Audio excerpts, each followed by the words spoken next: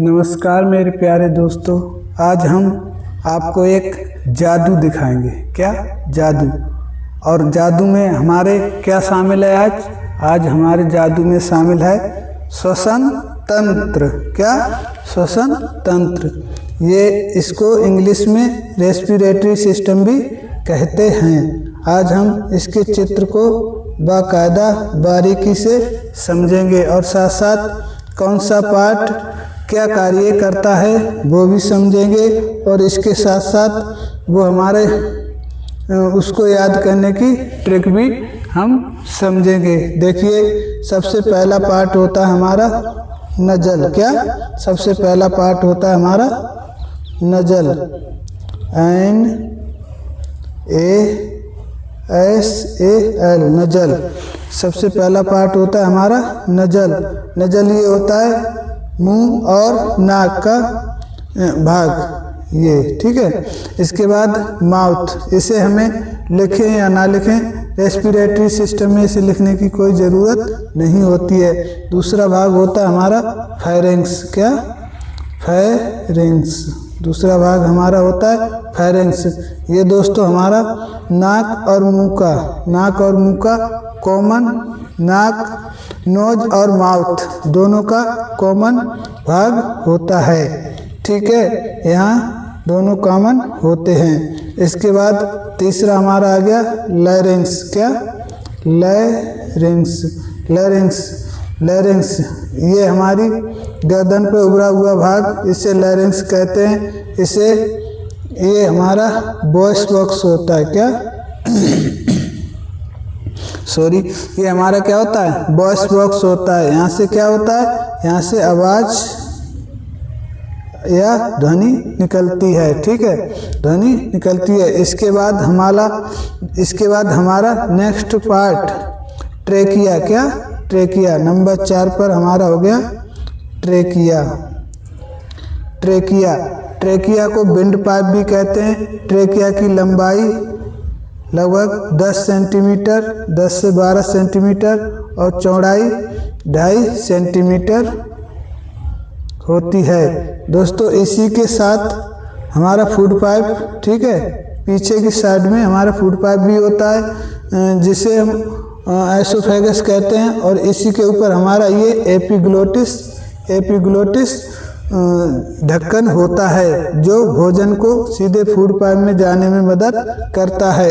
कभी कभी हम बात करते हुए खाना खाते हैं तो ये इसको कवर करने में हवा, फेफड़ों से बाहर हवा आएगी और इसको कवर करने में अक्षम हो जाता है, तो हमें कभी कभी खांसी आ जाती है। ठीक है, आगे हमारा अगला भाग है ब्रोंची। क्या?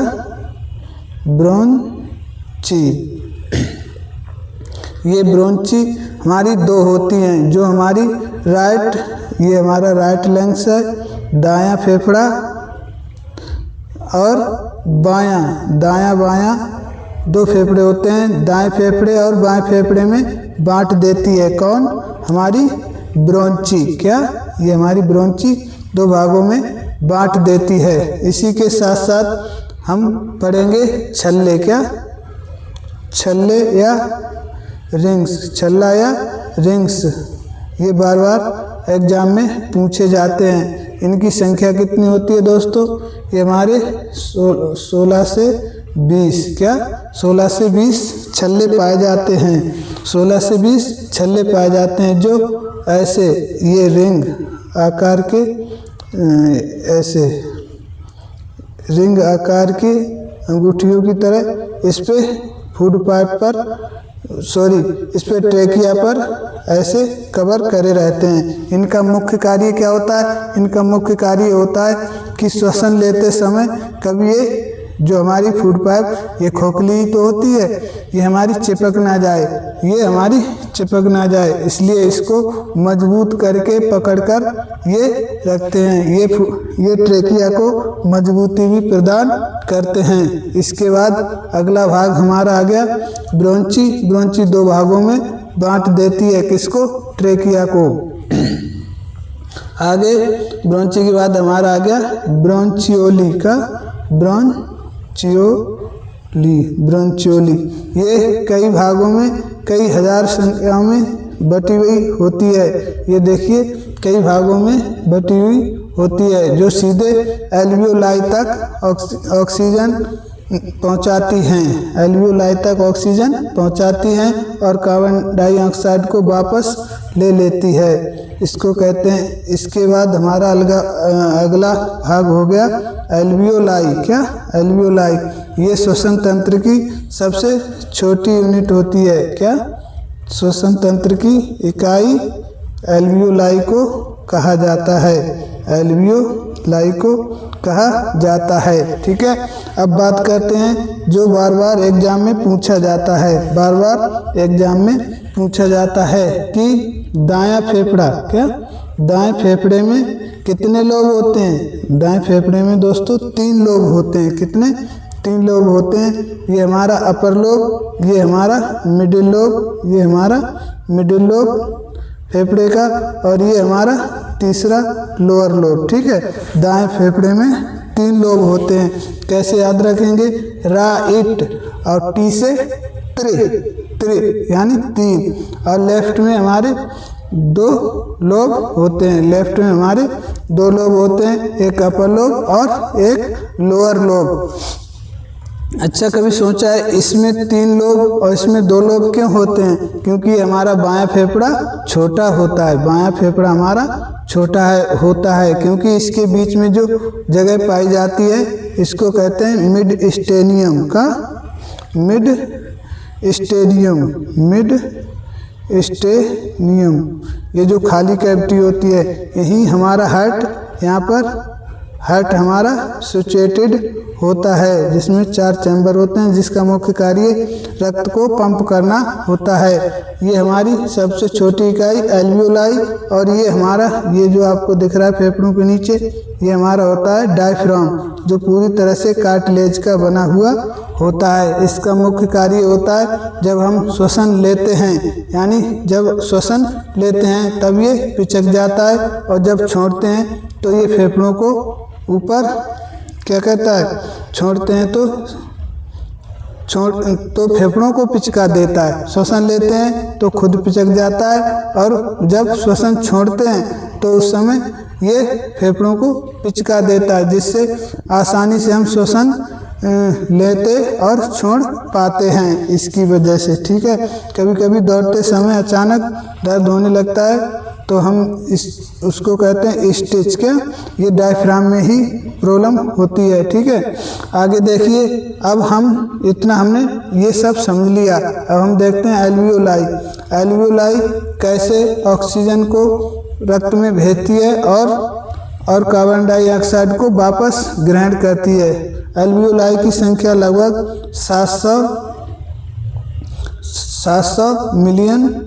700 मिलियन होती है। कितनी? 700 मिलियन होती है दोनों फेफड़ों में।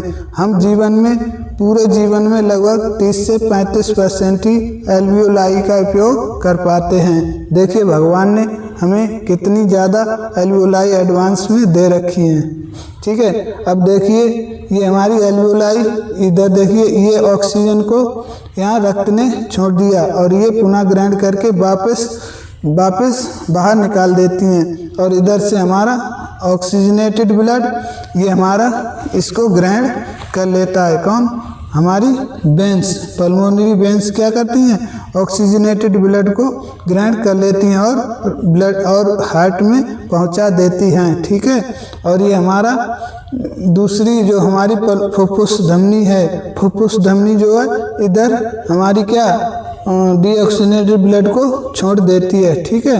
ये हमारी संख्या में, ठीक है दोस्तों, ये 4 होती हैं और ये 2। ठीक है। आगे देखिए, अब हम बात करते हैं कि जब हम श्वसन लेते हैं, श्वसन लेते समय यानी इंस्पायरेशन करते समय कौन सी गैस कितनी मात्रा में लेते हैं? तो हम सबसे पहले बात करते हैं नाइट्रोजन हमारी 78% इंस्पायरेशन में होती है, और अगर हम O2 की बात करें यानी ऑक्सीजन की, तो ऑक्सीजन लगभग 21% हमारे शरीर में प्रवेश करती है श्वसन लेते समय। अगर हम CO2 की बात करें तो ये मात्र 0.4% ही हमारे शरीर में प्रवेश करती है।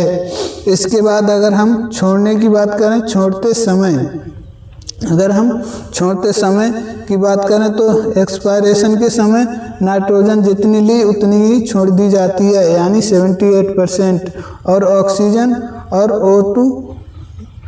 O2 हमारी 16.4% वापस चली जाती है, जिसमें से हम, ठीक है, CO2 4% छोड़ते हैं। कितनी?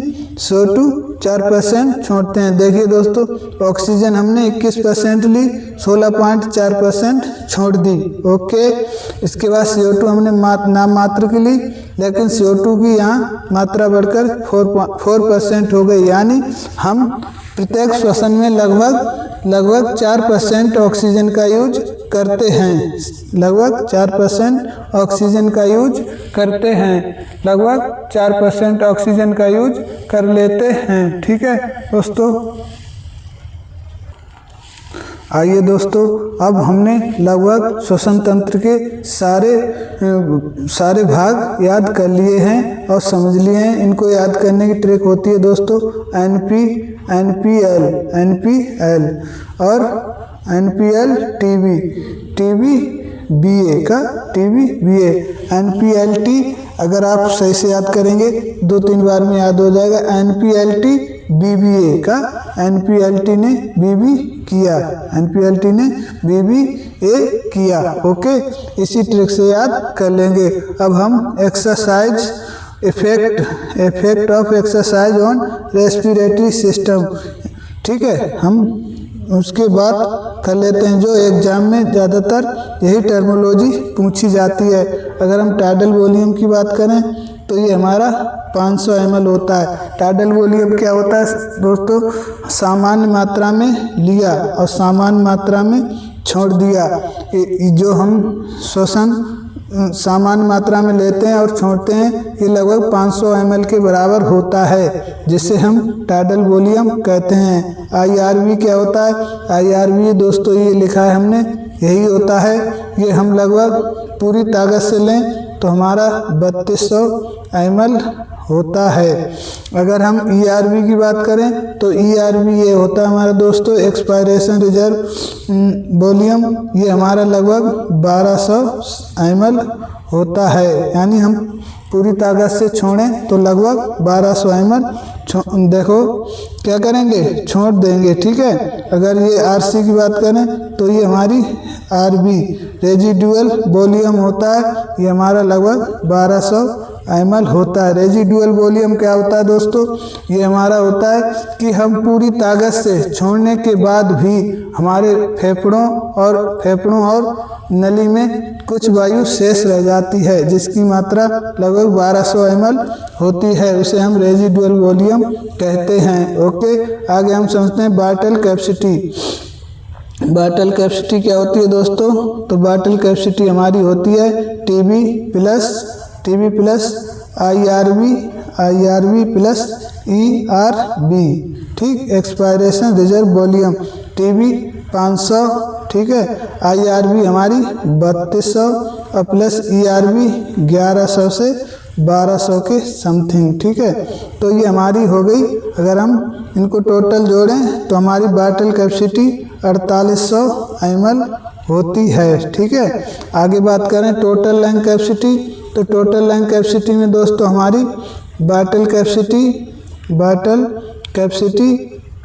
कैपेसिटी प्लस और रेजिडुअल वॉल्यूम भी शामिल हो जाता है। तो दोस्तों वाइटल कैपेसिटी हमारी कितनी थी? 4800 ml और रेजिडुअल वॉल्यूम कितना था हमारा? 1200 ml। ये टोटल कितना हो गया हमारा? 4800 1200 6000 ml। टोटल लंग कैपेसिटी हमारी कितनी हो गई? 6000 ml। VO2 मैक्स कितना होता? VO2 मैक्स क्या है? VO2 मैक्स दोस्तों होता है जब हम एक्सरसाइज करते हैं उस समय हमारी हार्ट रेट मैक्सिमम पहुंच जाती है। उस समय हम 1 मिनट में कितनी ऑक्सीजन इनटेक करते हैं, उसकी मात्रा हमारी VO2 मैक्स कहलाती है। VO2 मैक्स में हार्ट रेट कैसे मापते हैं? 220 माइनस एज। आपकी एज मान लीजिए 30 है, तो आप 220 में से 30 घटाएंगे तो हमारा लगभग 190 हार्ट रेट हमारी मैक्सिमम हार्ट रेट होगी। ओके दोस्तों, देखिए आगे, ये हमारा VO2 मैक्स आपको समझ में आ गया।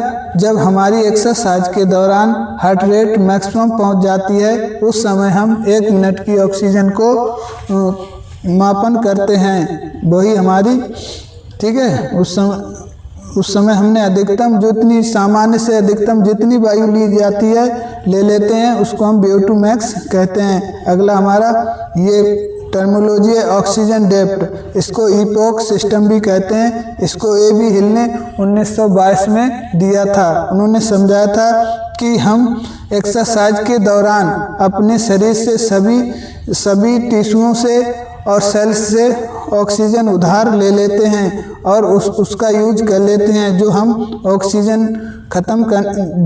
एक्सरसाइज ख़त्म करने के बाद उसकी क्षतिपूर्ति करते हैं। यानी सामान्य अवस्था में ली ऑक्सीजन और एक्सरसाइज के बाद ली अधिकतम ऑक्सीजन, एक्सरसाइज के बाद ली अधिकतम ऑक्सीजन, ठीक है, अधिकतम ऑक्सीजन में अंतर ही हमारा क्या कहलाता है, ऑक्सीजन डेप्थ कहलाता है। ऐसा उम्मीद करते हैं आपको ये समझ में आया होगा। अब हम बात करते हैं सेकंड पॉइंट। सेकंड पॉइंट, जब हम लंबी अवधि का कोई एक्सरसाइज करते हैं तो उस समय हमारे लिए शुरुआत में परेशानियों से लड़ना पड़ता है। कौन सी शुरुआती दिक्कतों से लड़ना पड़ता है? जैसे जी मिचलाना, उल्टी आना और चक्कर आना, ऐसी स्थिति उत्पन्न होती है। और अगर हम लगातार अपनी एक्सरसाइज जारी रखते हैं तो हमारा शरीर धीरे धीरे उस कंडीशन को अडेप्ट कर लेता है। उस अडेप्टेशन को ही सेकंड पॉइंट कहा जाता है। सेकंड पॉइंट में दोस्तों, जो हमारे शरीर में शुरुआती दिक्कत हुई थी वो लैक्टिक एसिड बनने के कारण होती है, जो ऑक्सीजन की कमी होने के कारण लैक्टिस बनता है। तो अगर हम लगातार कंटिन्यू एक्सरसाइज जारी रखते हैं तो वो लैक्टिक एसिड धीरे धीरे पायरुविक अम्ल में बदलकर ऑक्सीजन के द्वारा पुनः ऊर्जा में बदलने लगता है, जिससे हमें सेकंड पॉइंट से उबर जाते हैं, फिर हमें कोई दिक्कत नहीं होती है। दोस्तों, हमने चित्र के द्वारा ही सारा रेस्पिरेटरी सिस्टम लगभग आपको समझा दिया है और इतना ही आप एग्जाम में लिखकर अच्छे नंबर प्राप्त कर सकते हैं। और इतना ही, यहीं से हर कॉम्पिटिशन एग्जाम में यहीं से ही पूछा जाता है, ठीक है। एल्वियोलाई को एयर सैक्स भी कहते हैं, ठीक है। इतना ही आप ध्यान से और बार बार रिवीजन करके चित्र द्वारा अगर आप समझा देंगे तो इतने से ही आपको पूरे नंबर प्राप्त हो जाएंगे।